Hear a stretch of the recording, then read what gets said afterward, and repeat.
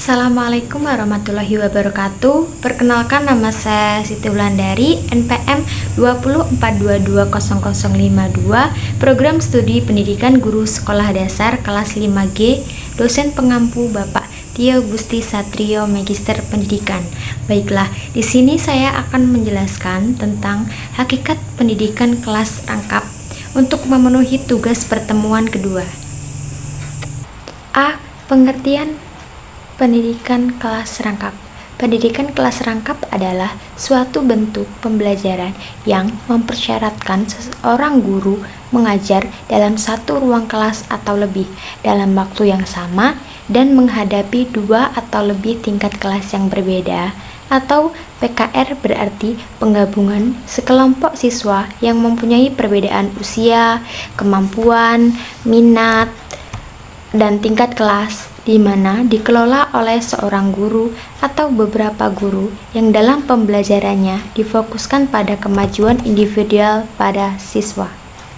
B. Perlunya pendidikan kelas rangkap. Yang pertama yaitu ada alasan geografis. Lokasi pembelajaran yang sulit dijangkau, terbatasnya sarana transportasi dan pemukiman penduduk yang jaraknya berjauhan, serta adanya ragam mata pencarian penduduk. Yang kedua yaitu ada alasan demografis. Mengajar murid dengan jumlah yang kecil atau murid yang tinggal di pemukiman yang jarang penduduknya, maka PKR merupakan pendekatan yang tepat dan praktis. Selanjutnya yang ketiga yaitu kekurangan guru. Meskipun jumlah guru secara keseluruhan bisa dikatakan cukup, namun pada kenyataannya masih ada keluhan kekurangan guru terutama di daerah-daerah terpencil. Apalagi bila secara geografis daerah tersebut sulit dijangkau, maka akan membuat guru takut untuk ditugaskan di daerah itu. Yang keempat yaitu adanya keterbatasan ruang kelas. Di daerah yang jumlah muridnya sangat sedikit, tidak memerlukan ruang kelas lebih banyak. Tetapi di daerah lain, meskipun sudah mempunyai ruang kelas sesuai dengan jumlah tingkatan kelas, masih belum cukup karena jumlah rombongan belajar lebih besar. Yang kelima yaitu ada kehadiran guru. Ketidakhadiran guru bukan saja dialami oleh sekolah di daerah terpencil, di kota besar pun juga mengalaminya. C. Tujuan, fungsi, dan manfaat PKR. Yang pertama yaitu tujuan pendidikan kelas rangkap atau PKR adalah yang pertama mengatasi kekurangan guru, yang kedua meningkatkan prestasi belajar, yang ketiga mengoptimalkan sumber daya yang ada, yang keempat mengurangi biaya pendidikan, yang kelima meningkatkan kemandirian peserta didik, yang keenam meningkatkan mutu pendidikan.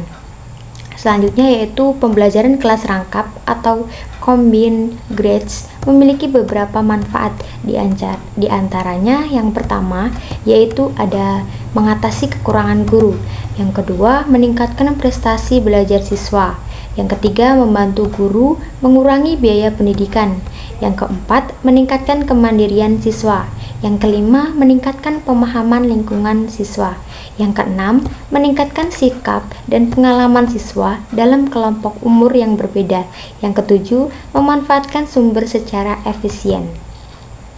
Sehingga dapat diuraikan tujuan, fungsi, dan manfaat PKR adalah yang pertama quantity dan equity. PKR memungkinkan kita untuk memenuhi asas quantity atau jumlah dan equity atau pemerataan, yaitu dengan mengoptimalkan sumber daya yang ada dengan jumlah guru yang kita miliki saat ini.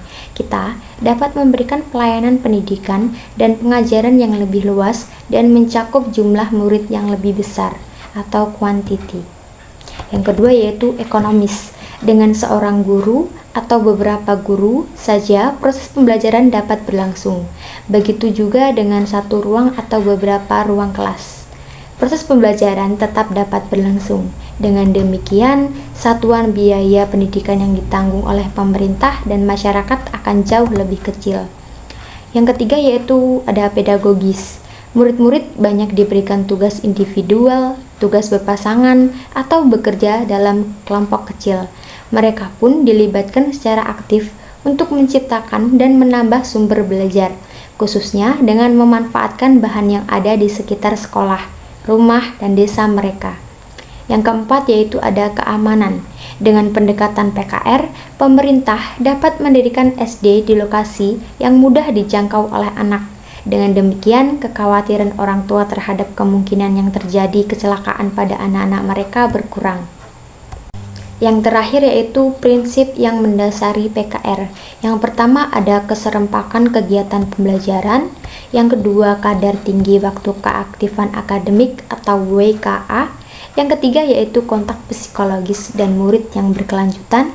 Yang keempat, dalam PKR terjadi pemanfaatan sumber secara efisien. Demikianlah materi yang dapat saya sampaikan, lebih dan kurang saya mohon maaf dan kepada Allah saya mohon ampun. Saya akhiri, wassalamualaikum warahmatullahi wabarakatuh.